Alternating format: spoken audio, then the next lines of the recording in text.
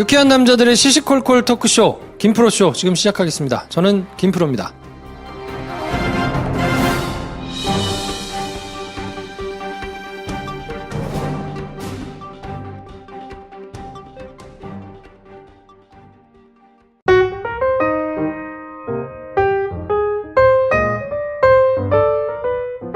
연애지상주의자 한량 김선생 나오셨습니다.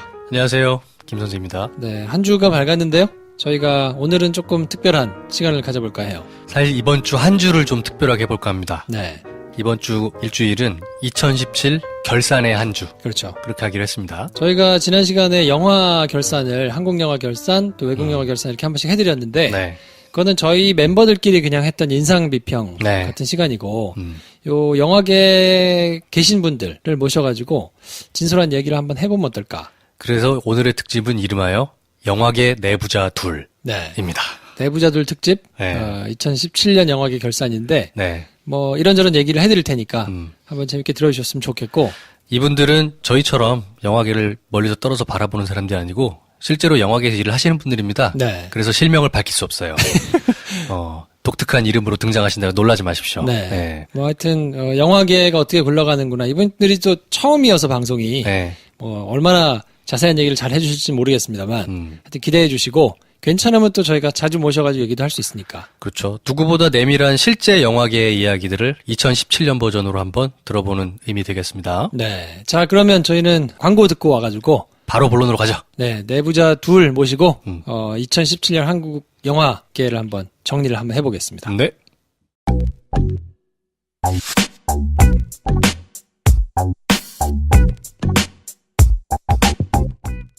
여러분께선 지금 새 남자의 시시콜콜한 토크쇼 김프로쇼를 듣고 계십니다. 전 수원에 사는 에드워드 K입니다.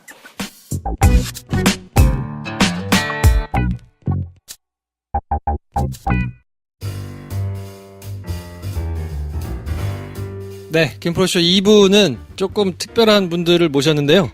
조금 특별한 분들인가요? 조금 특별해. 네. 너무 많이 또 부각을 해주면 안 됩니다. 다른 게스트 나올 땐 굉장히 특별한 분들이라고 하시더니 이분들은 그냥 조금 특별하신 분들. 노출하면 안 돼요. 네, 일단 신분을. 네. 왜냐면 이분들 잘릴 수 있어요. 국정원 요원들이신가요? 그렇지. 요원들이에요. 요원 두 분을 모셨는데 네. 영화에 관심이 굉장히 많으신 분들입니다. 왜 왜 관심이 많느냐? 한번 자세히 설명하지는 않겠습니다. 국정원 요원인데 영화에 관심이 많으신 분들. 그렇지. 네. 그래서 그래서 국정원은 국가정보원이 아닙니다. 그래서 저희가 뭐 신분을 이렇게 말씀을 드리기가 약간 뭐해서 오늘 방송은 정말 의식의 흐름에 따라서 할 거기 때문에 네. 여러분 듣다 보시면 이분들이 좀 상당하구나 뭐 이런 생각을 하실 거거든요. 네. 그래서 저희가 요원들의 이름을 실명 이렇게 얘기하면 재미없잖아요. J K 재미없지. P 뭐 이런 거 얘기하면 재미없잖아요. 네. 그래서 막장 요원 한 명, 네. 쌈장 요원 한 명 이렇게 막장과 쌈장으로 나눠서 자 누가 막장 하실래요? 제가 막장하겠습니다. 인사해 주세요. 네, 안녕하세요. 저 영화를 좋아하는 막장입니다. 재밌다. 영화를 좋아하시는 막장. 자 그리고 우리 쌈장. 네, 안녕하세요. 저는 막장보다 영화를 더 좋아하는 쌈장입니다. 반갑습니다. 도대체 무슨 사람들을 데려와서 얘기를 하는 건가? 저희가 뭐 하자는 거야 이거 지금 그렇지. 조금 지나시면 알 수 있으니까 좀만 기다려 주세요.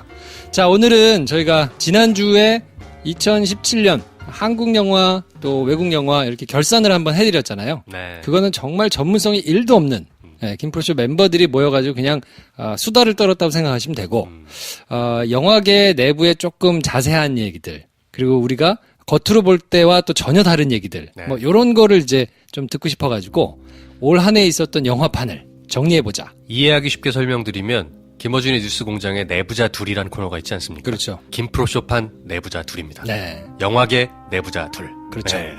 그래서 방송을 끝까지 쭉 진행한 다음에 시덥지 않다 내용이 그러면 실명을 까겠습니다. 그러니까 두 분 오늘 분발해 주시고요. 이렇게 보내버리나? 네. 자 그래서 저희가 지난 시간에 한국 영화 외국 영화 이렇게 쭉 정리를 했는데 두 분이 보시기에 올해의 작품 이거는 흥행으로 뭐 따지든 뭐 작품성으로 따지든 뭘로 따지든 개인적으로 내가 올해 꼽는 영화는 이거다. 하나씩 말씀을 좀 해주실까요? 네, 쌈장입니다. 뭐 올해는 저는 무조건 이거라고 봅니다. 범죄도시. 범죄도시. 네, 무조건 뭐 흥행성 면도 그렇고 마동석이라는 정확한 그 캐릭터 그리고 형사인데 비리잖아요. 네. 예, 그런 것들에 대해서 너무 재밌게 한 것 같고 당연히 뭐 흥행도 잘 됐고 전 범죄도시 꼽겠습니다. 범죄도시. 그러니까 전대미문의 캐릭터가 나와버렸죠. 네, 마동석이라는. 매력적이었습니다. 네. 아, 저는 뭐 이렇게 상의한 건 아니었는데, 저도 범죄도시를 꼽는데, 쉽게 말해서 투자 받기에 되게 어려운 영화 중에 하나가 사실 범죄도시였고, 오, 그래요? 약간 이제 비하인드긴 한데, 이게 원래 그 M사가 원래 배급을 했는데, M사가 아니고 원래 다른 회사가 원래 하려고 했었어요. 메가박스 앤 플러스가 배급을 했죠. 아니요, 그거 말고 다른 회사가 원래 하려고 했는데, 어. 그 회사가 이 영화를 안 한 것도 있지만, 뭐 모든 배급사에서 다 깐 영화기는 해요. 아. 네. 영화사마다. 네, 시나리오만 봤을 때, 그 다음에 배우만 봤을 때는 되게 패키징이 안 좋은 영화인 거니까, 별로다. 네, 굉장히 별로다라고 했는데, 이 영화가 잘 될 거라고 아무도 생각을 못 했고, 감독님조차도 몇십 년 동안 약간 야인 생활을 하셨던, 현장에서는 신인 감독인데, 나이가 많으신, 네. 외국 유학도 갔다 오셨는데, 아무도 인정해주지 않는, 약간 이런 감독님이셨는데, 이 영화가 터진 거죠. 예. 그래서 저는 이런 부분에 대해서 굉장히 높게 사는 영화고 M사라는 회사를 높게 만들어준. 그러니까 올해부터 메이저로 가게끔 해주는 약간 길목을 만들어준 초석이 된 영화라고 보고요. 그 안에 있는 이제 뭐 윤계상 씨 같은 경우도 굉장히 아주 메이저스럽지는 않았지만 네. 지금 거의 이제 메이저가 된 것 같고 그리고 거기 있는 뭐 조연 배우들이나 뭐 마동석 씨나 전부 다 연기를 되게 잘했던 영화였었던 것 같고 네. 배급사가 어쨌든 18세 영화를 추석에 개봉했다는 것도 되게 큰 의미에 있었던 것 같고 개봉 당시에는 사실 범죄도시 같은 경우에는 스크린에 좀 압박이 있었어요. 예, 있었는데 과감한 선택이었고 그래도 추석 기간에 스크린 같은 거 확보가 어려웠음에도 불구하고 그런 결단을 했다라는 거. 그리고 일단 그렇게 밀어붙여서 이제 또 성공을 하면 짜릿하지 않습니까? 그렇죠. 원래. 예. 여러 가지로 다 보여줬던 것 같고 아까 윤계상 씨 잠깐 말씀하셨는데 저는 이걸 보면서 윤계상의 연기로 평가할 수 있는 배우가 됐구나. 요렇게 범죄도시가 잘 되면서 사람 여러 살렸네요. 많이 살렸죠. 예, 감독님도 살리고 배급사도 살리고 많은 사람들을 살렸죠. 저희 2주 전에 진성규 배우가 게스트로 오셨었거든요. 네. 그 배우분도 살리시고 그분이 가장 많이 살아났지 않았나. 그렇죠, 그렇죠. 브라더도 살렸습니다. 그렇죠. 범죄도시가 브라더를 살렸다. 그렇죠. 맞네요. 그렇죠. 범죄도시가 브라더 살리고. 야. 예. 우리 막장님 얘기 들었을 때 제가 이건 딴 얘기인데 까이였던 깐 영화라고 하셨잖아요. 김프로쇼 안에 깐 영화제를 한번 만들어 볼까? 그럴까? 네. 깐느 영화제 아니고 깐 영화제. 내년에 한번 해봅시다. 그러니까요. 네. 그러면 두 분이 보시기에 가장 안타까웠던 영화가 있을 것 같은데. 저는 사실 불안당이 좀 아쉬웠다라고 봐집니다. 왜냐면 스코어가 좀 아쉽지 않았나. 왜냐면 영화적으로 봤을 때 재밌었거든요. 저는 개인적으로 재밌었고 그 동때 같이 개봉했던 다른 영화들에 비해서도 나쁘지 않았는데 이슈. 그냥 감독님 이슈에서. 이슈로 해서 역시 이슈 하나 터지면은 영화는 후러덕 날아가는구나. 그렇게 되는구나라는 걸 다시 한번 뭐 생각하게 됐던 그런 영화였던 것 같습니다. 저는 좀 안타까웠던 영화가 발레리안이라는 영화였었는데 발레리안. 어디 수입사분이 계신데 그 분 얘기로는 굉장히 영화가 좋은 영화고 뭐 노블 그래픽이라는 되게 좋은 원작을 갖고 있고 뭐 그런 얘기를 들어서 저도 그 영화를 봤는데 생각보다 되게 좋은 영화였었어요. 그러니까 우리나라에서 되게 잘 안 되는 장르 중에 하나가 그 스페이스 오페라라는 장르인데 뭐 스타워즈나 뭐 가디언즈 오브 갤럭시나 최근에 개봉했던 저스티스 같은 경우도 뭐 히어로물이긴 하지만 약간 스페이스 오페라물에 가까운 느낌의 뭐 예고편이나 뭐 그런 느낌들을 갖고 있는데 그런 장르들이 유일하게 우리나라에서 좀 잘 안 되는 것 같고 그 중에 제일 안 된 게 사실은 발레리안이라고 보는데 발레리안에 있는 뭐 배경이나 세계관이나 그런 부분들이 다 저는 되게 괜찮았었던 것 같아요. 예. 근데 이제 주연 배우들이 좀 안타까웠고 뭐 그런 것들이죠. 이 두 분이 말씀하신 안타까움인 거는 더 잘 됐어야 되는데 잘 안 됐구나라는 포인트였군요. 네. 망한 거죠. 네. 예. 제가 생각했던 안타까움은 저 돈 들여서 저렇게밖에 못하냐는 안타까움이었을 것 같은데. 사실 뭐 제작적인 것보다는 어쨌거나 영화라는 것들이 이제 수익을 발생시켜야 되는데 이제 수익이 좀 아쉬운 성적이 나타나면 확실히 좀 안타까움이 있는 것 같아요. 네. 사실 리베소 감독님은 되게 친숙한 감독님이잖아요. 한국에 되게 친숙한 감독님이고 또 모 프로에 나오셔서 오락 프로에 나오셔가지고 제 입담도 보여주시고 했는데 뭐 경쟁 상황이 안 좋았을까요? 아니면은 정말로 이제 장르가 문제였을지는 모르겠지만 아쉬운 성적을 남긴 건 맞는 것 같습니다. 예. 우리나라 영화계에서 흥행을 예측한다는 건 거의 불가능하지 않나요? 네, 이 양반이 도대체 어떻게 터질지 알 수가 없고. 뭐 그 얘기가 있죠. 이제 야구 같은 경우에는 3할 타자를 강타자라고 하잖아요. 예, 영화도 마찬가지로 3할 이상 치기가 거의 불가능에 가까운 것 같아요. 이제 뭐 특수한 S박스 같은 배급사 같은 경우에는 이제 3할 이상을 치고 계신. S박스. S박스 뭐야? 그런 것 같습니다. 예. 다행히 우리나라 메이저 배급사들이 이니셜이 안 겹치네요. 네, 다행이죠. 말만 하면 그냥 누군지 알겠네요. 저희가 꼽은 한국 영화는 남한산성이 좋다라고 이제 얘기하는 사람들이 많았는데 뭐 안에서 보시기에 남한산성은 어땠어요? 명작이죠. 뭐 이제 전체적으로 들리기에는 뭐 그거 직후에 뭐 짐을 쌌다더라 뭐 이제 이런 얘기들도 있고 한데 시사 담당자분들이 책상을 옮기셨다. 뭐 이런 흉흉한 소문들이 좀 돕니다. 생각보다 그렇게 뭐 스코어가 많이 나온 건 아니니까. 그 영화가 있은 후에 얼마 안 있다가 이제 조직 개편이 이루어졌고요. 사실이었군요. 어떻게 누군가가 그 영향을 받았는지는 뭐 저희도 알 수는 없는 건데 어쨌든 팩트만 봤을 때는 조직 개편이 이루어졌다는 거 그건 좀 되게 중요한 이슈인 것 같고 최근 이제 올해 영화가 특히 뭐 불안당이나 여러 가지 영화들 망녀도 마찬가지고 조금 괜찮은 영화들인데 요새는 조금 이제 밝은 영화들이 잘 되다 보니까 뭐 아까 얘기한 브라더 같은 영화들, 청년경찰 같은 군, 뭐 최근에 개봉했던 군 요런 약간의 가벼운 터치들의 영화들 그런 것들이 좀 잘 되다 보니까 한 2, 3년 전부터 영화를 기획해서 만들기 시작하거나 아니면 뭐 수입도 마찬가지로 발레리안도 몇 년 전부터 이렇게 수입을 해서 준비를 해오던 건데 그렇죠. 그 트렌드에 조금 벗어나서 좀 시류에 안 맞는 것 때문에 좀 돈을 벌지 못하지 않았을까라는 생각이 좀 가장 크고요. 예. 그런 것들이 좀 안타까운 거죠. 예. 수입 시장에서도 가끔 하시는 말씀이 있어요. 수입사분들이 어렵다고 하시는 게 이제 수입을 할 때는 뭐 시놉이나 아니면은 뭐 시나리오를 정도를 이제 읽고 계약을 진행을 하시는데 결국엔 영화가 나오기까지는 뭐 짧게는 1년, 그다음 뭐 길게는 2년 이상 이렇게 영화 걸리거든요. 네. 트렌드가 바뀐다 이거예요. 그렇죠. 그때 계약을 해놓고 했더니 이게 트렌드가 아닌 거야. 이런 경우가 있고 최근에 같은 경우에는 러빙 빈센트라는 영화가 있었습니다. 그 다양성 영화 중에 하나 있었는데. 그 영화 계약할 때만 해도 제가 뒷얘기를 듣기에는 이게 과연 한국 시장에서 가능하겠느냐 이런 얘기가 많았다고 하더라고요.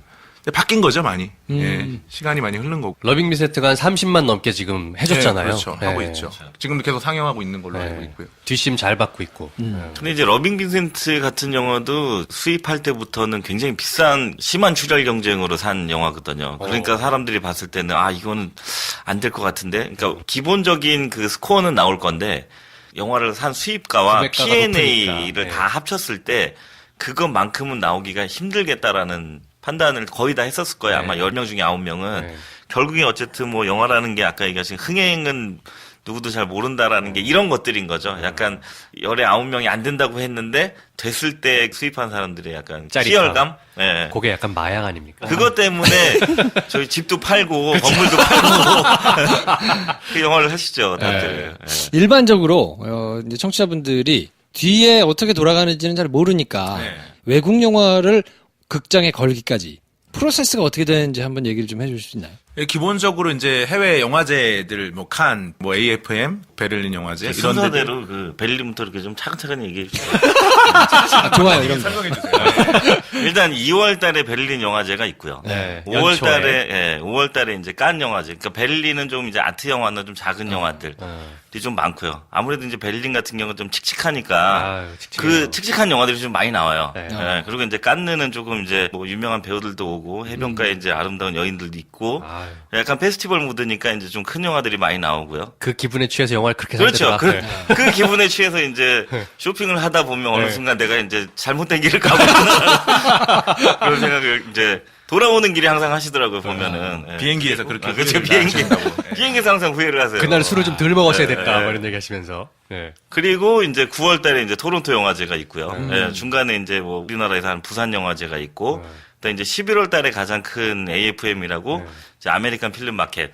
예, 그렇게가 이제 해외 시장에서는 아마 가장 크게 살 수 있는 시장이 열리는 거죠. 그럼 예. 그때 영화제들에 가서 거기서 이제 이렇게 쫙 펼쳐져가지고 파는 영화들을 이렇게 봐가지고 찍어가지고 가져오는 거예요. 예. 그렇죠. 계약을 하는 거죠. 거기서 이제 제일 처음에 MG라고 미니멈 개런티. 과연 이 영화를 내가 얼마의 수익가에 살 것이냐. 그래서 다들 오퍼를 넣습니다. 기본적으로 해서 경쟁이에요. 경매같이? 네, 경매같이. 네. 경매같이. 근데 이제 블라인드죠. 그래서 기본 가서 가장 합리적으로 제시한 곳과 이제 수입사에서 계약을 맺어가지고 제일 높게 부른 쪽에다가 줍니까? 보통 태반이 그런데 이제 그것만을 보진 않습니다. 그 회사의 역량 같은 것도 보기는 합니다. 크레딧. 좀 보고 과연 전에 뭐 했었는지 이런 거 그렇죠. 보고. 신뢰할 만한 곳인가 이런 것도 보고 이제 복합적으로 보는데 그래도 돈이 뭐 가장 그리고 이제 영화제 보통 가면 모든 사회가 다 계급이 나눠져 있지만 라이온스 게이트라고는 미국의 큰 회사들 그런 애들은 이제 제일 굉장히 좋은 호텔. 크고 화려한. 누가 봐도 그냥 거기에 이제 뭐 우리나라로 따지면은 서울에 있는 뭐 힐튼 호텔 뭐 이런 데서 이제 그 보통 영화를 팔고 그 밑에 있는 애들이 이제 그 밑에 약간 밑에 누가 있습니까? 별 한 3개, 4개 뭐 이런 미스터 스미스 그리고 또 뭐 있죠? 기타 등등 ABC 기타 등등. 회사들이 있습니다. 굳이 알 필요 없네. 아무튼 나중에 저 수입해서 해외를 나가게 되시면 충분히 알 수. 지금 이름들이 생각이 안 나. 아무튼 A 등급과 B 등급과 C 등급이 있는데 그렇게 해서 지금 이제 등급 나누시는 건가요? 바로 위험한데. 등급은 안 나누고요. 그럼 그 호텔들이 이렇게 좀 있고 이제 더 심한 사람들은 이렇게 저기 커피숍에서 그냥 보다리 장수처럼 파는 사람들도 있고요. 호텔에 가서 사요? 보통은 이제 호텔에 다 그 뭐예요? 호텔에 이제 부스를 차려놓고 부스를. 거기서 이제 뭐 빵도 주고 커피도 주고 좌판에서 파시는 분들 없나요? 그 아까 얘기한 그 스타벅스 같은 데서 네. 노트북 켜놓고 이렇게 파시는 분들도 들고 다니면서 있어요. 파시나요? 네, 있어. 네. 그러면 그렇게 가져올 때 완판 뭐 DVD 사듯이 다 만들어진 거를 사진 않을 거 아니에요? 경우마다 다른 것 같은데요. 이제 아무래도 좀 큰 영화, 프로젝트가 큰 영화들은 이미 소문이 났던 영화들 있지 않습니까? 네. 그런 데들은 다들 이제 살라고 미리부터 준비하는 경우가 있고 그 단계를 거쳐서 이제 영화가 이제 만들고 있는 단계까지 가면은 거기서 또 계약을 하는 경우가 있고 그 단계도 지나서 다 영화가 만들어진 다음에 완품을 보고. 완품을 보고 사는 계약하는 경우도 관계도 있고. 있고. 그러면 어쩔 수 없이 점점점 뒤로 밀릴수록 보편적으로는 좀 더 이제 영화의 아니죠. 좀 더 가격은 싸지게 되겠죠. 싸져요? 그래요? 기본적으로. 왜냐면 완성품의 퀄리티를 보고 확인할 수 있으니까. 볼 수 있으니까. 이미 저 뒤로 갈수록 기대치가 조금씩 그때까지 살아남은 거니까 계약이 살아남았다는 얘기는 아직까지 계약이 안 됐다는 얘기니까 뭐 보편적으로는 그렇습니다. 보통 그래서 영화 제작을 할 때 그 버라이어티지 이런 데다가 캐스팅 뉴스 같은 거 이렇게 연막을 확 뿌리잖아요. 중요하죠. 그래서 중요합니다. 그걸 보고 요거 네. 감독이 누구 캐스팅이 누구 사야겠네? 라는 게 이게 밑밥을 뿌리는 거 아닙니까? 그렇죠. 네. 그러면 이제 뭐 들으셨던 것 중에 경험한 거 말고 경험한 거 얘기를 하면 너무 나오니까 들은 것 중에서 뒤통수 세게 맞았다.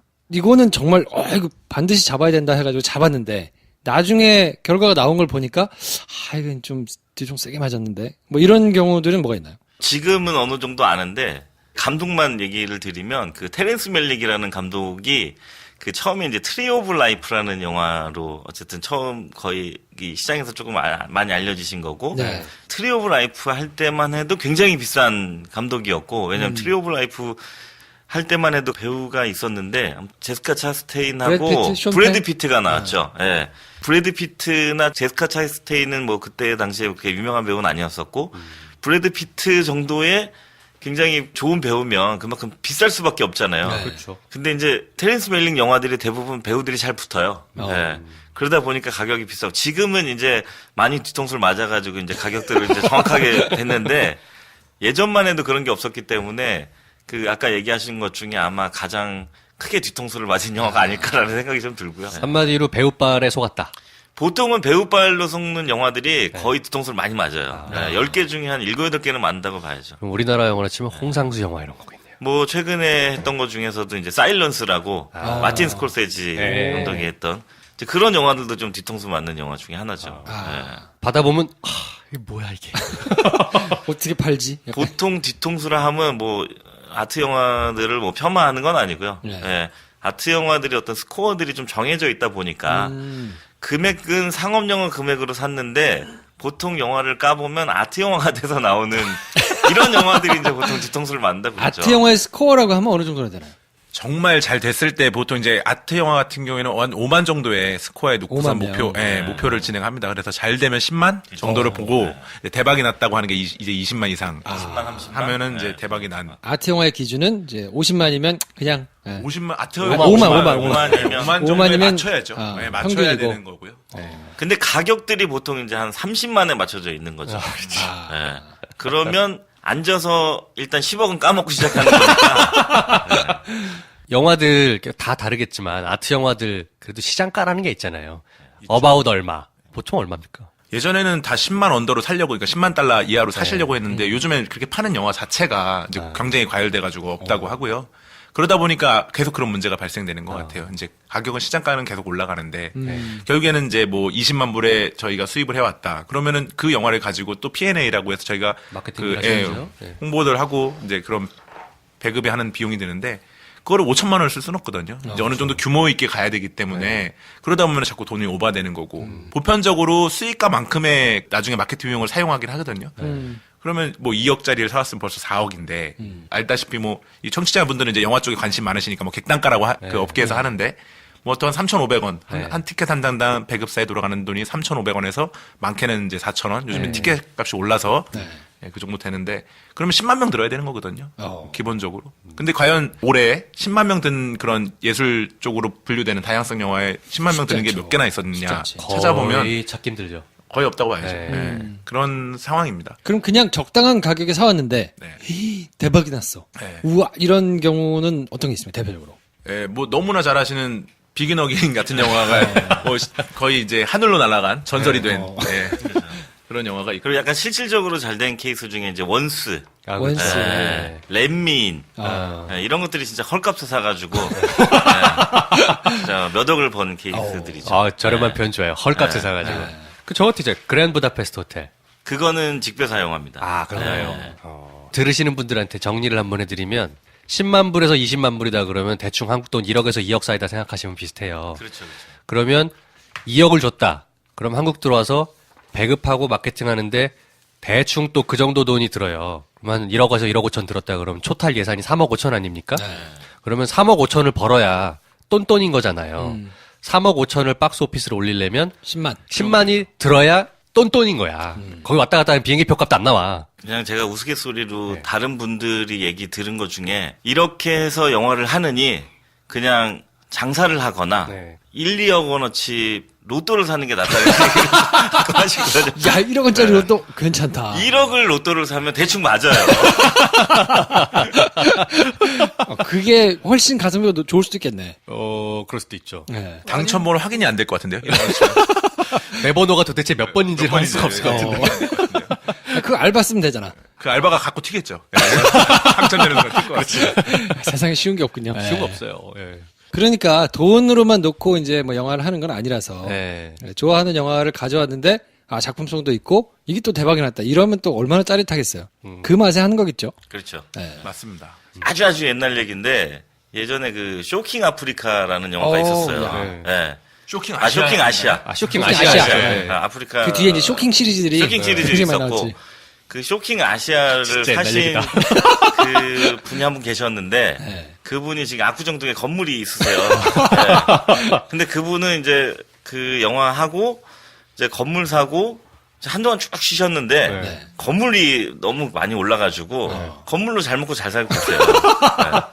쇼킹하네 진짜. 물론 중간중간에 이제 영화도 투자하시고 하셨는데 어쨌든 큰 돈은 안 들이고 건물 산 걸로만 하는 거니까 그 건물 사는 게 답인 것 같아요. 모든 영화계 하시는 분들의 꿈이라고. 굳이 영화계의 꿈만은 아닌 것 같아요. 네, 모든 업계의 꿈. 건물주. 터져서 건물로 안착을 하는 것이. 야. 저희가 외국 영화들 중에는 뭐 여러 가지 작품들을 꼽았는데 히든 피겨스를 꼽은 사람들이 많았거든요. 문나이트라든지 뭐 이렇게 상 받은 것들도 있기는 한데 히든 피겨스는 어땠습니까? 히든 뭐 뒷얘기가 피겨스는 있나요?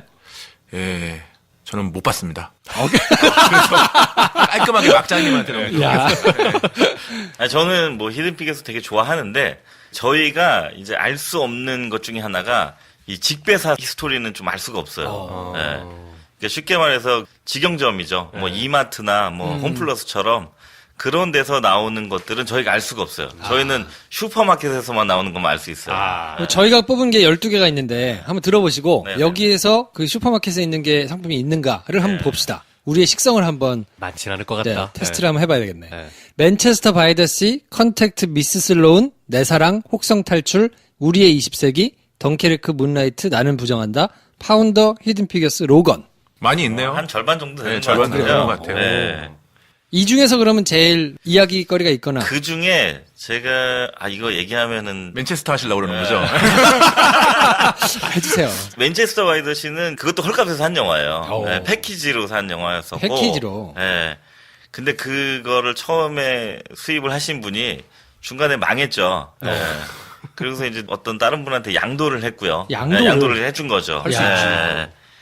근데 그것도 사실은 법적으로 문제가 되는 건데 어쨌든 뭐 이 영화 업계가 정의라는 게 있으니까 적당히 이제 양도를 하고 그걸로 이제 다른 회사에서 하긴 했는데 결론적으로는 그 영화가 이제 아카데미 이슈 때문에 이제 나무주연상 이슈가 계속 그죠. 되면서 이제 중간중간에 P&A가 계속 올라가기 시작했는데 이 영화의 가장 문제는 P&A를 많이 쓴 게 가장 문제였던 것 같고요. 예. 배급의 방식. 예. 조금 와이드하게 갔으면 어땠을까. 여기서 와이드하다는 얘기는 그게 극장의 관을 많이 잡아가지고. 예. 네. 관객들이 자기가 영화를 보자 했을 때 굳이 시간을 빼서 어렵게 예매를 해가지고 그렇게 가지 않아도 주변에 워낙 극장이 많지 않습니까? 네. 극장은 많고 영화도 많은데 재영한 죄송합니다. 극장에 어떤 영화들은 없을 때가 있어요. 이제 그러고 싶지 않다라는 거죠. 예, 최소한 1시간 정도 소요를 하면 그 영화를 볼 수 있다. 요런 환경을 만들어주고 싶은 거죠. 예, 와이드라고 하면. 최근에 개봉했던 러빙 빈센트 같은 케이스인 것 같은데 네. 배급하는 방식이 네. 한 체인에서만 상영하게 되면 장단점이 있는데 한 체인에서 상영하게 되면 다른 체인에서도 잘 들 수 있는 어떤 스팟들이 있는데 거기를 조금 다양하게 갔으면 조금 더 오래 갈 수 있지 않았을까. 어차피 작품성이 좋으니까. 그렇죠. 예. 영화가 어느 정도 올라가다가 많이 극장이 열린다고 해도 좌점률이 안 좋으면 바로 그냥 잘라버리니까 일주일 안에 다 잘라버리니까 잘 되는 극장들만 쭉 가도 되는 거거든 사실. 근데 요거는 좀 그렇지 못하게 이제 다른 그런 한 체인하고 그냥 단독으로만 그렇죠. 했군요. 그러다 보니까 이제 그 스팟이 조금 애매하지 않았나라는 생각이 좀 들고. 보니까 5만 5천밖에 안 들었네요. 그렇죠. 오. 예. 그 아까 얘기하신 5만. 예, 5만에서 10만 사이. 잘 든 거예요. 그냥 보통으로 들었군요. 그럼. 5만 5천 밖에라고 말할 수 없습니다. 네. 아니 왜냐면 워낙 이 뭐 상도 받고 호평을 받은 영화여가지고 저는 그래도 한 10만 이상은 들지 않았을까 했는데. 근데 이 영화가 특히 저도 봤는데 진짜 보통 그 페스티벌 무대에 취한다고 하는데 제가 만약에 그 수입사라고 하고 거기 가서 영화를 봤다면 네. 정말 사고 싶은 마음이 들었을 정도였을 것 같아요. 어. 그러니까 굉장히 진정성도 있고, 그쵸, 그쵸. 예, 배우가 가지고 있는 배우의 연기력과 이야기가 가지는 먹먹함과 이런 것들이 정말 잘 만든 영화거든요, 그죠, 사실. 좋죠. 예. 예, 진짜 이게 어쩌다 이게 이런 로컬 시장에서는 잘 안 나와요, 이런 영화들이. 보통은 이제 이렇게 감독이나 배우들이 괜찮으면 다음 해부터는 이제 뭐 유니버셜이나 폭스나 뭐 워너나 이런 회사들이 그냥 한국 로컬 시장에 나오기 전에 그쪽에서 미리 픽업을 해가기 사가는군요. 때문에 아이. 쉽지 않은 영화인데 나오기가 쉽지 않은 영화인데 그 아까 얘기한 헐값에 산 얻어 걸린 영화였는데 좀 안타깝게 좀 사장된 영화라고 보는 거죠.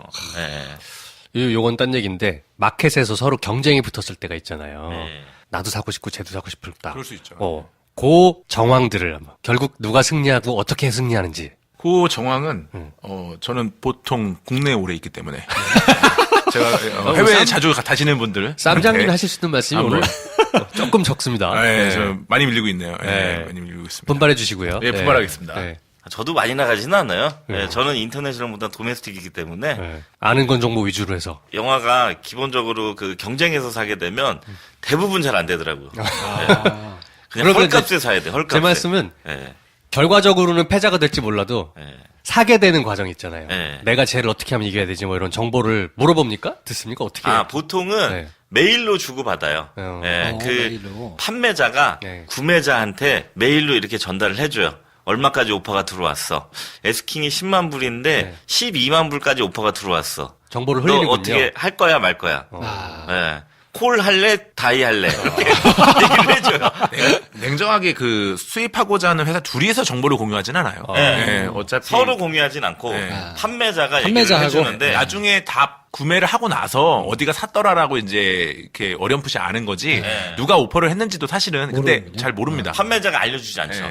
근데 대략적으로 어디 오퍼했다라는 느낌은 있죠. 왜냐 가격이 싼 것들은 금액이 싼 수입 영화 같은 경우에는 많은 회사가 다들 오퍼를 할 수 있지만 근데 가격이 100만 불 단위로 넘어가면 일단 자금력이 그 정도로 돼야 되기 때문에 선수가 몇 명 안 네, 남는 만약에 한 네 회사가 오퍼했다. 그러면 그냥 내 회사 바로 나옵니다. 어디 했구나. 뭐 P사, 뭐 짐작이죠, N사. 짐작. 네. 블러핑인 경우 없습니까? 블루핑 있죠. 있죠? 네. 네, 당연히 있겠지. 이거는 아까 얘기하신 경쟁이 치열하다 보면 네. 결국에 이제 그거는 이제 어떤 영화를 사고 파는 행위가 아니고 네. 거의 도박이라고 생각하시면 돼요. 네. 사실은 12만 불 오퍼 안 들어왔는데 뭐 들어올 수도 있고 안 들어올 수도 있는데 슥 던지 12만 불을 누가 네. 준댄다. 그거. 걔네가 정확하게 금액을 얘기하지는 않고 네. 뭐 예를 들어서 뭐 여러 가지가 있지만 네. S킹을 넘었어 안 넘었어 S킹에 근접했어 안 근접했어 이런 약간의 가이드를 주죠. 네. 그게 블러핑일 가능성도 상당히 있고요. 많죠. 네. 네, 많다고 봐야죠. 특히 이 한국 바이어들은 빅바이어라고 생각하기 때문에 네. 예, 나쁘게 얘기하면 호구라고 생각하기 때문에 굉장히 근데 발언 되게 안 좋은 것 같은데 그런 이유가 있나요? 한국 호갱이라고 하죠, 사람들이- 호갱. 예. 한국 사람이 그만큼 많이 비싸게 사서 그래요. 예를 들어서 일본 같은 케이스는 예를 들어서 10만 불이에요. 그러면 다 서로 이 영화는 10만 불짜리 같아.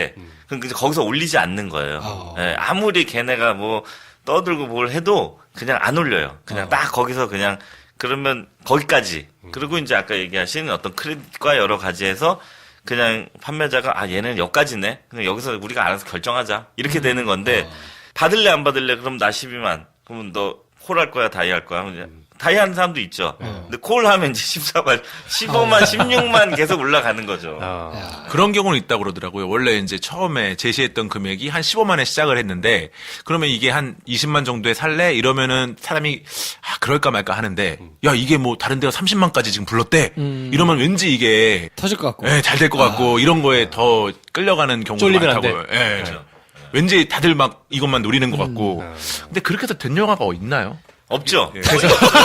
그래서 결과적으로는 다 패자가 된다고. 그러는 그 위플래시 같은 경우도 네. 아까 얘기한 그 메인 영화제에서 사지 않은 걸로 제가 알고 있거든요. 그거는 썬댄스 영화제에서 샀던 걸로 알고 있고 그 수입하시는 대표님은 썬댄스 영화제를 되게 많이 가세요. 예. 거기가 조금 더 이렇게 젊은 사람 영화들이 좀 많이 나오고 아기자기한 영화들이 아기자기하고 많죠. 작지만 좀 컨셉추얼한 영화들이 좀 많다 보니까 이제 그런 데서 사실 픽업을 한 케이스로 알고 있고 그것도 사실 어떻게 보면 패키지였던 걸로 알고 있고 비긴 어게인 같은 경우도 경쟁에서 사지 않은 걸로 제가 알고 있거든요. 예.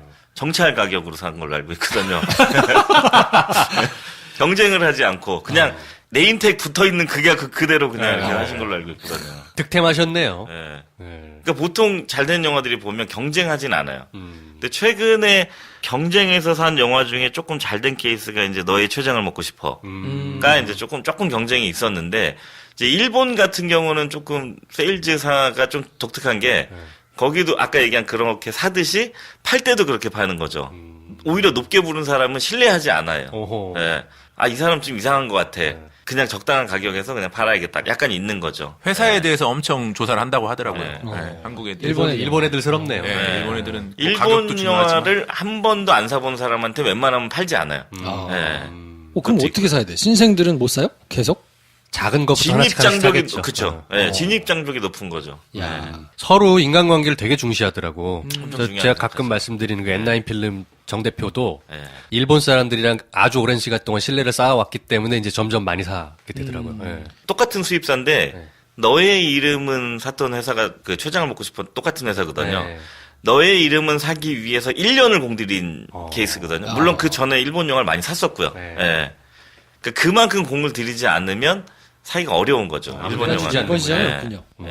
그러면 올해 걸렸던 우리나라들 국내 영화들 중에서 야 요거는 정말 스토리가 드라마틱하다 뭐 이런 거 없습니까? 사실 범죄도시가 제일 드라마틱한데 그렇죠. 그건 이제 워낙 많이 드라마틱합니다. 올랐으니까 예. 예, 범죄도시를 제외한 저는 그냥 아이캔 스피크 그러면은 만약에 한다 그러면 아이캔 스피크를 뽑을 수 있을 것 같아요. 전체적으로 이제 이걸 크게는 처음에 생각하지 않았는데 이제 영화 자체가 이제 나오고 보니까 너무 감동적이고 물론 이제 상업성도 있고 그리고 메이저 배급사가 배급을 진행했고 그래서 영화 나오기 전보다 뭐 목표 사람들의 기대 수치가 엄청 높지 않았나요? 한 500만까지도 뭐 이렇게 보는 시선이 있었으니까. I Can Speak도 명필름이라는 회사에서 제작을 했는데 물론 그 전에 제작사가 있었고요. 그 전에 제작사가 투자를 구하러 다닐 때는 아무도 영화에 대한 어떤 가치를 보지 못했었죠. 거들떠보지 않았다. 거들떠보지 깐 않았던. 영화제 주요 수상작품 중에 네. 하나예요. 네. 근데 이 명필름과 감독님이 같이 하시면서 그 스카우트 감독님 같이 하시면서 이제 배우가 붙고 이제 그러면서 약간 외형적인 어떤 그림들이 생기고 명필름이라는 회사가 제작을 잘 하다 보니까 가치가 올라간 거죠. 그러니까 똑같은 이야기인데 그게 되게 가치가 올라간 케이스가 돼서 결국에 제작이 된 케이스고 그 얘기하셨던 것처럼 아무도 이 영화에 대해서 기대하지 않았는데 히든 그런 영화가 돼버린 거죠. 이거 추석에 잘하면 터질 수도 있겠는데 근데 생각보다 조금 덜 터졌긴 했죠. 327만이 나왔어요. 네. 보통 다 한 500만 정도 생각했던 그 영화긴 정도는 했었어요. 달지 않을까 네. 생각했는데 이 영화가 나오고 나서 이제 시사회 때 반응이 그 정도 나왔었죠. 근데 요게 아마 추석에가 조금 그런 이슈였는데 올해 그 처음부터 핫한 영화는 남한산성이었었고요. 아무래도 그렇죠. 배우도 네. 있고 뭐 감독도 유명하신 분이고 거대 배급사가 하는 영화였었고 거의 다 1등을 점치고 있었던 개봉 한두 달 전이 아니고 그 전부터 이렇게 봤던 영화였는데 I Can Speak가 시사를 하고 나서 이 영화가 물론 I Can Speak가 먼저 개봉하긴 했지만 잘하면 남한산성을 이기는 그러니까 또는 절대적인 스코어가 비등 내지는 예. 이기거나. 네, 절대적인 스코어가 높을 수 있겠다. 그리고 이제 그 뒤에 개봉했던 영화가 범죄도시였는데 뭐 뚜껑을 열어보니 범죄도시가 다 먹은 거죠. 올해. 압승을 네, 해버린 압승을 해버린 케이스가 된 거죠. 이게 영화라는 게 그런가 봐요. 똑같은 시나리오를 가지고도 누가 만드느냐에 따라서 가치가 되게 달라지는 거예요. 제작사나 감독 뭐 이렇게 그렇죠, 그렇죠. 예. 네. 신뢰를 받는 크레딧을 가지고 있는 사람들이 한다고 하면 또 달라지고. 네네네. 예. 그러면 시사가 우리나라 1등 아닙니까? 그죠? 네, 근데 시사가 좀 처절하게 망가졌잖아요.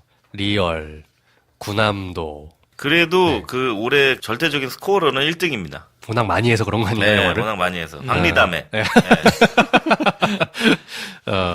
근데 힘줘서 그 넣었던 리얼이랑 구남도가 망가지면서 이렇게 큰 메이저 배급사에서도 한 해 성적이 이렇게 좋지 않다 그러면 연말의 풍경이 어떻습니까? 살얼음판이죠. 근데 영화라는 게 보통 한 2, 3년 주기로 만들어지고 뭐 기획되고 이렇게 되다 보니까 사실 어떤 사람의 책임은 아닌 것 같아요. 네.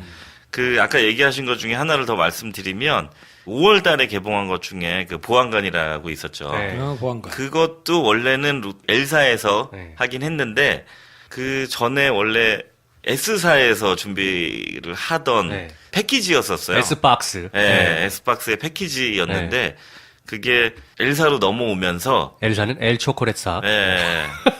L 껌사. 네, L 껌사. L 껌사로 넘어오면서 5월 달에 개봉을 한 케이스였고 네. 만약에 S박스에서 개봉을 했다면 그때 특별시민이 개봉을 했었거든요. 네.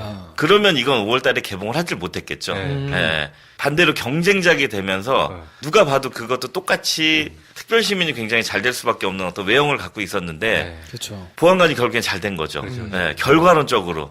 그러면 이제 보안관 입장에서는 굉장히 회사를 잘 옮긴 거죠. 예, 결과론적으로. 예. 모든 게 이게 결과론적으로 이제 정리가 되니까 진짜 하는 동안에는 굉장히 쫄깃쫄깃할 것 같아요. 개봉해놓고 매일매일 스코어 체크할 때 굉장히 그 속이 바짝바짝 타겠네요.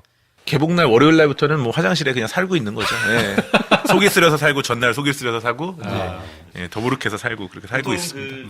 그 배급사 분들이 네. 금요일 날, 월요일 날, 화요일 날 술을 제일 많이 마셔요. 이게 잊어야 되니까. 잘 됐으면 기분 좋아서 한 잔 그렇죠, 마시고 그렇죠. 안 됐으면 잘 되면 잊으려고 마시고. 이제 관이 잘 나오면 네. 그만큼 잘 들어야 되는데라는 약간 초조한 마음에 술을 먹는 거고. 그렇죠. 관이 안 잘 되면- 나왔다는 얘기는 극장들이 많이 걸어줬다는 그렇죠, 얘기죠. 그렇죠. 예, 회차도 많이 나오고 상영 회차도 많이 나오고. 근데 이제 예매율이 안 올라가거나 예, 또 좌석수에 따라서 또 주말에 조정이 있으니까 네. 그런 것 때문에 이제 좀 뭐 뭐든지 다 잊으려고 술 먹는 거죠. 좋아도 술, 안 돼도 술. 지금 이제 저희가 대작들이 조금 남아 있으니까 네. 저희가 2017년을 뭐 정리를 미리 해버려서 그런데 아직 이제 대작들이 좀 남아 있잖아요. 네네. 미리 다들 보신 상황에서 어떻습니까? 봤다고 얘기 안 했는데요. 어떻게 하셨죠? 봤을 거 아닙니까? 얼굴에 써 있어요. 저희야 개봉을 하면 돈 내고 가서 봐야 되지만 뭐 하여튼 또 이렇게 다 보니까 대체적인 평은 어떤가요? 국내 영화 3개 가지고 지금 뭐 이렇게 뭐 강철비가 먼저 포문을 열었는데 네. 좋은 성적으로 가고 있는 것 같아요. 이제 시장에서 처음에 판단, 시사회 때 반응보다는 훨씬 더 좋게 가고 있다라고 보여지고요. 주말 자점률이 50%에 육박하게 나왔는데 오랜만이죠. 네, 오랜만에. 50%면은 보통은 100석 중에 50명이 찬 건데 네. 50%면 그렇게 볼 수는 없고 실질적으로 봤을 때는 메인 타임 그러니까 한 오후 4, 5시부터 저녁 뭐 한 8, 9시 타임은 거의 다 매진됐다고 생각하면 되는 자점률인 거거든요. 뭐 이런 것들이 예, 좀 예, 비고. 그렇죠. 그 앞줄이나 뭐 사이드 몇 줄만 비고 나머지는 다 찼다는 얘기인 거거든요. 그러니까 굉장히 좋은 자점률이 나온 케이스고 확실히 이 신과 함께가 예매가 너무 세다 보니까 초반 분위기가 세서 저희가 예상한 것보다는 조금 적은 좌석수로 2주차를 맞이하지 않을까라는 생각이 좀 있어요. 강철비가 네. 많이 빠졌군요. 네. 아마 그 다음 주는 더 빠질 것이고 1987이 나오니까. 네. 많이들 기대하고 계시는 것 같아요. 약간 연령대가 좀 갈리긴 하는 것 같은데 이제 20, 30대 젊은 분들은 신과 함께를 엄청 많이 기대하시는 것 같고 네. 그다음에 좀 30, 40대 이제 50대까지 이제 좀 폭넓게는 1987에 대해서 기대도가 높은 것 같아요. 저도 궁금합니다. 어떤 게 더 잘 될지. 사실 좌석수가 중요하기도 하고 안 중요할 수도 있는데 예전에 변호인 같은 경우는 뭐 아시겠지만 정권이 좀 문제 있는 정권에서 개봉을 했던 케이스였는데도 좌석수가 그렇게 많지 않았는데도 1000만이 넘었거든요. 영화는 사실 뭐 물론 좌석수와 어떤 데이터로 움직이긴 하는데 그게 아주 크게 중요하지 않을 수도 있거든요. 어떤 흐름이라는 게 있으니까. 예. 근데 이제 강철비는 흐름을 아직 못하고 있는 게 아닌가라는 생각이 조금 들고요. 아니 그래서 저희 멤버 중에 어떤 분은 이거를 한 주 정도 땡겼으면 좋지 않았겠냐. 그러면 이제 신과 함께가 나오기 한 2주 정도 텀이 있으니까 왜 그렇게 안 했을까? 이렇게 궁금해하시는 분들도 계시거든요. 어떤가요? 한 네. 주를 더 땡겼으면 어땠을까? 듣기로는 지금 강철비 그 날짜가 최대한 땡긴 날짜로 제가 알고 있습니다. 예, 왜냐면은 내부적인 뭐 사정이 있었겠지만, 최적의 날짜를 한 것 같고요. 반대로 또 한 주 더 땡겼다고 그러면 그땐 더 비수기거든요. 이건 좀 생각해 봐야 될 문제입니다. 한 주 더 땡기는 게 과연 계속 지금 같은 흐름을 그때 형성됐다 그러면 당연히 좋겠죠.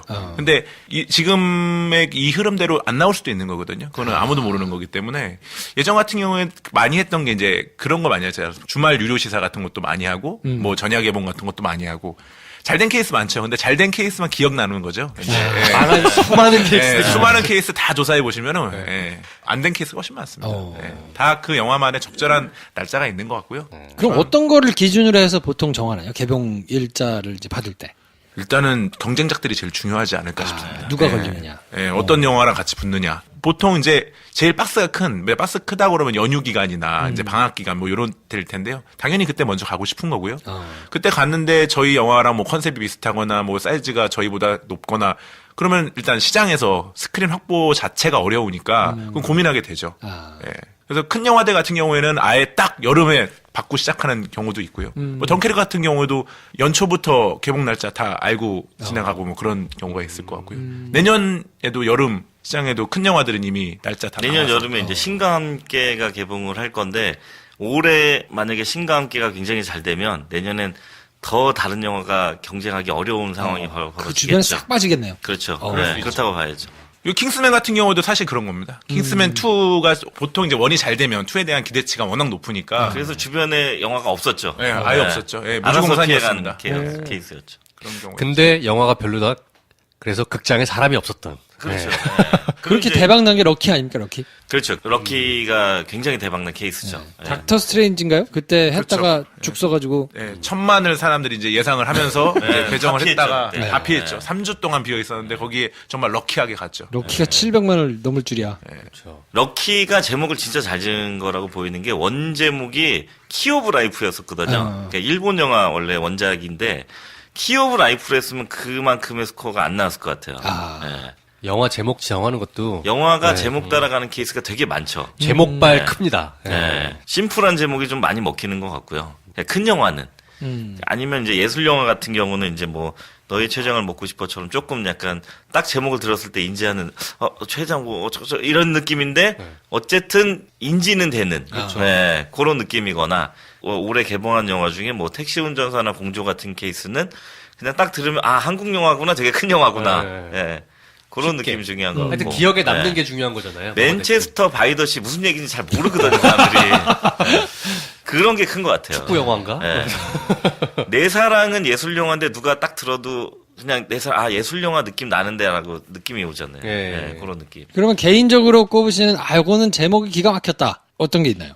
뭐 작년 영화 중에 아까 얘기한 것 중에 뭐 럭키가 좀 그랬던 케이스였던 것 같고 저는 궁금했던 거는 너의 이름은 너의 괜찮았다. 이름은. 예, 제목 괜찮았던 것 같습니다. 예. 왜냐하면 그 뭐지?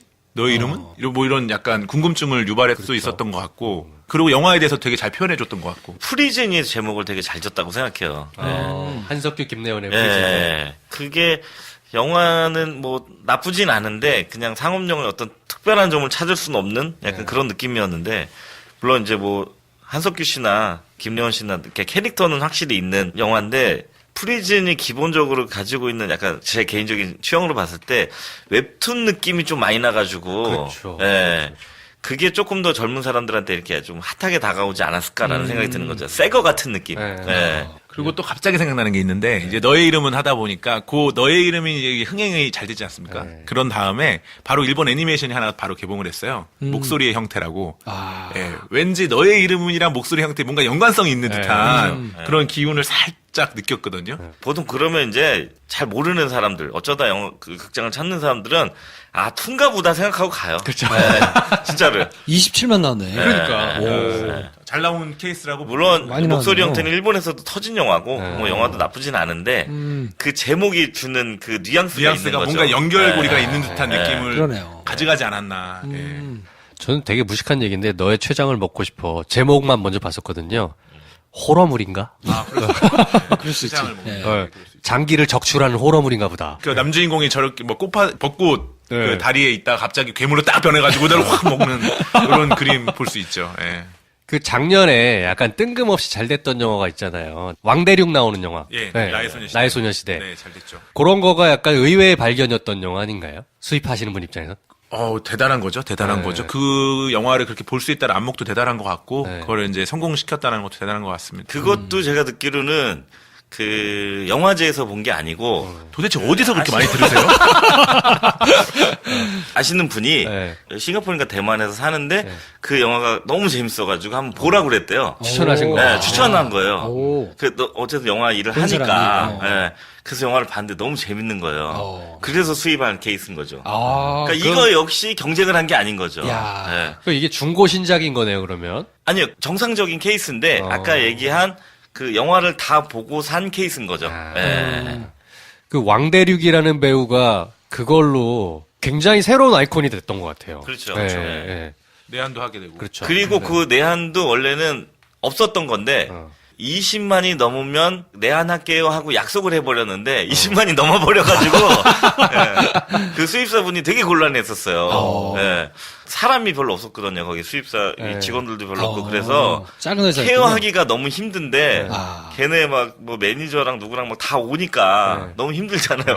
그래서 왜 이걸 하고 있는지 모르겠다 그러니까 한잔하고 내가 왜 팬미팅을 주관하고 있는지 모르겠다. 뭐. 그래서 일부 누구는 지금이라도 늦지 않았다. 영화를 빨리 접고 아. 제주도 가서 펜션을 해라. 그런 얘기를 되게 많이 하셨었죠. 네. 다시금 이렇게 건물로. 네. 그리고 아까 제목 얘기하는 것 중에 하나가 이제 뭐 약간 사이드긴 한데 부가판권 영화들이 보면 그런 제목을 조금 따라서 지으면 굉장히 그 부가판권 매출이 좋아요. 네. 소위 말하는 부가판권이라면 IPTV, IPTV. 그렇죠. IPTV 다운로드, P2P 다운로드, 그렇죠. 네. 예. 그 PPV라고 해서 이제 뭐 채널들 네. 예, 그런 데서 이제 보는 것들 네. 예, 그런 것들인데 이제 그 중에 이제 제이사가 있는데 그 회사가 이제 비디오 영화를 하도 많이 하다 보니까 이제 가끔 그렇게 짓는데 제가 진짜 깜짝 놀랐던 제목이 뭐였었냐면 잠자는 숲속의 미녀와 야수였었거든요. 야, 잠자는, 야 이건 완전 그냥 야. 제목의 끝판왕이다. 잠자는 숲속의 미녀였습니다. 영화 장르랑 내용이 뭔데요? 몰라요. 그냥 포스터 엄리 보면 호러 영화 같은데 야, 한번 찾아봐야 되겠네. 네, 그러면. 한번 찾아보시면 야. 그거 말고도 되게 많아요. 예. 잠자는 숲속의 미녀와 야수. 근데 이제 그런 게 만약에 이제 오, 매출이 대박이다. 너무 좋으면 네. 본 사람들이 가끔 컴플레인을 하겠죠. 잠자는 숲속에 미녀도 없고 야수도 없고. 네. 어드벤처 판타지물인데 극장에서는 개봉해서 1,800명 받네요. 그거는 서비스를 하기 위해서 잠깐 걸었다 개봉한, 빼는 거잖아요. 야 그런 케이스죠. 대박이네요. 잠자는 숲속에 그런 게 의외로 잘 돼요. 확실히 북아판권은 제목발이 반인 것 같아요. 그렇지. 네. 제가 볼 땐 요 방송을 계기로 또 한 번 다시 저게 히트가 될 것 같은 그런 예상이 듭니다. 젊은 엄마라고 그 시리즈들 있잖아요. 뭐 젊은 형부, 있지요. 뭐 네. 젊은 러시아 뭐지? 뭐 저희 고품격 영화 방송 아니었나요? 자, 이번 해에는 또 특이하게 다큐멘터리 영화들이 조금 선보여가지고 잘 된 것들이 이제 꽤 있잖아요. 네네. 이런 거는 영화 시장에서 보시기에 어떻습니까? 특수한 뭐 이런 뭐 정권이 바뀌고 이런 상황에 특혜를 좀 본 건가요? 네, 영화라는 게 보통 어떤 사회적인 흐름도 좀 많이 따라가는 것 같거든요. 그래서 올해는 다 아시겠지만 어쨌든 뭐 대통령이 바뀐 해고 상반기에 많은 이슈들이 있었는데 그런 거에 사실 시발점이 노무현입니다였던 것 같고요.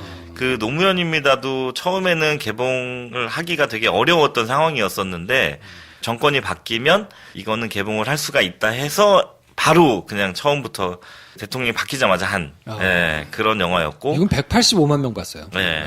개봉 타이밍이 너무 좋았던 것 같아요. 제가 볼 때는 이게 그 시기가 조금 지나고 나면은 사실 그런 것들이 이제 분위기 가라앉거든요. 근데 이제 그렇죠. 아직 분위기가 남아있을 때 적절한 시기에 개봉을 했기 때문에 이렇게 성적이 나온 것 같고요. 사실 그 전년에 무연 두도시 이야기 그쵸. 또 사실 했었는데 저 정도의 성적은 그건 많이 안 나왔죠. 그렇게 많이 나오지 안 않았죠. 8만 정도 아마 나왔을 겁니다. 물론 영화는 다르지만 이제 차이가 많이 나죠. 수많은 인물이 있지만 그 중에 이 노무현 대통령은 어떤 아이콘으로 조금 자리 잡고 있는 것 같아요. 예. 어떤 한 인물을 이렇게 얘기할 수는 없지만 그래도 뭐 영화로 봤을 때 영화로 나쁘지 않은 소재, 나쁘지 않은 어떤 인물. 그러니까 그만큼 뭐 주변 사람들이 되게 많이 인정하고 관심도 많은 인물이라는 얘기인 것 같고요.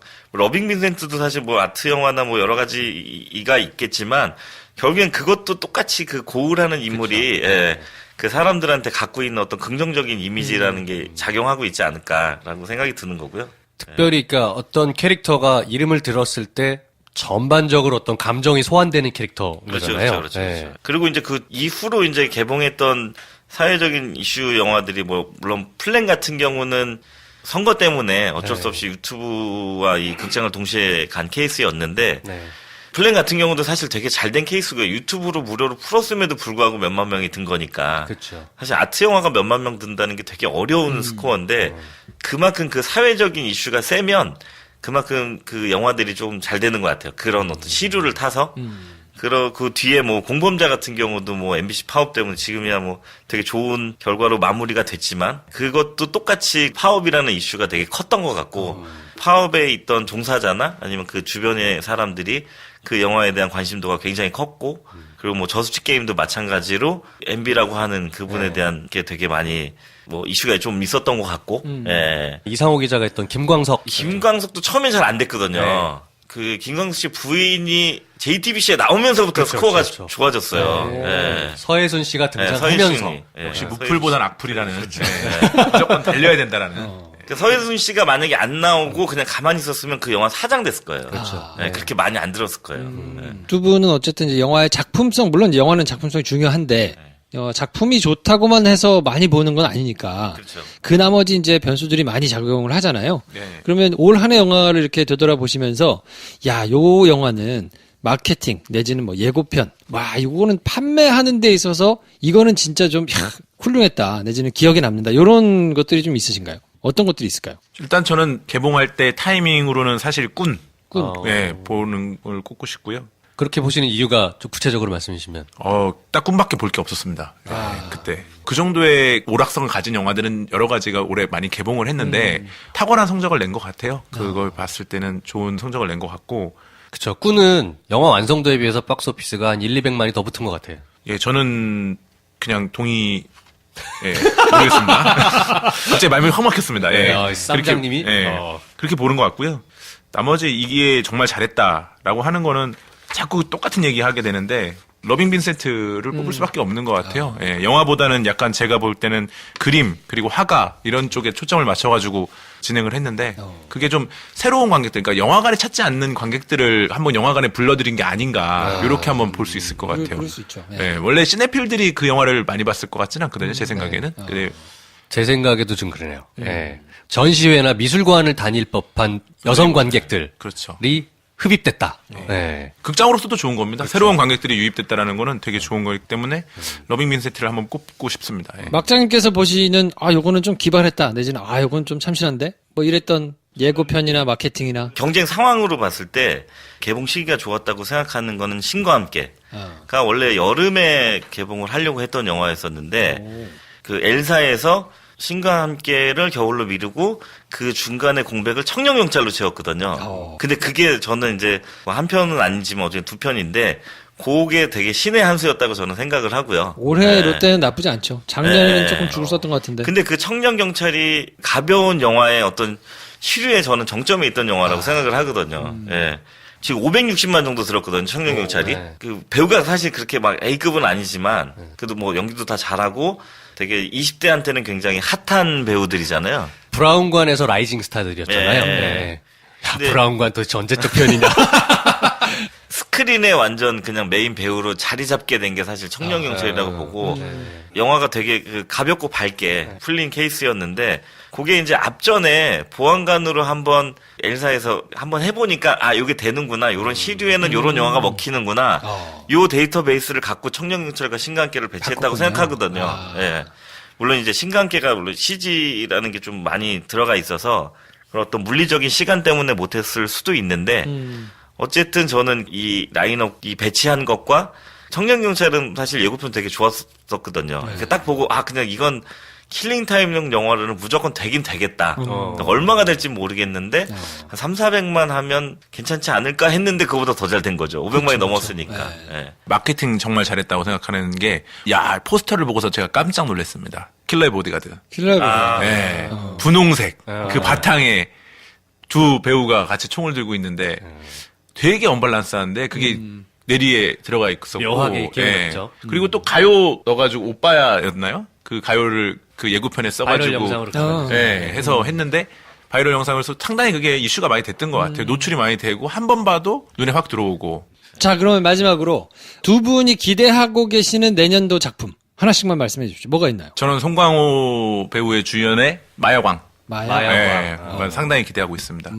왜냐면 범죄 장르는 항상 잘 됐어요. 예, 기본적으로 시장에서 환영받는 장르고, 여름에 개봉하는 걸로 제가 알고 있는데 기대됩니다. 그래서 좋은 송강호, 스코어. 조정석, 배두나 네. 뭐 이런 분들이 나오네요. 그래서 만약에 영화 보고선 평이 좋다 그러면 저는 뭐 조심스럽게 1,000만 하지 않을까, 라는 생각하고 있습니다. 마야광. 예. 마야광. 막장님은요? 저는 좀 스코어가 궁금한 영화인데 뭐 잘 되고 안 되고를 떠나서 그 쉐이프 오브 워터라는 영화가 되게 궁금해요. 예. 사랑의 형태. 네. 우리나라 저는 마야광 얘기했는데 쉐이프 오브 제가 뭐가 돼요? 아니, 그냥 스코어가 궁금하다고요. 쉐이프 왜냐면 워터. 이게 길레르모 델토로 감독 영화가 사실 우리나라에서 잘 안 됐었거든요. 그렇죠. 예.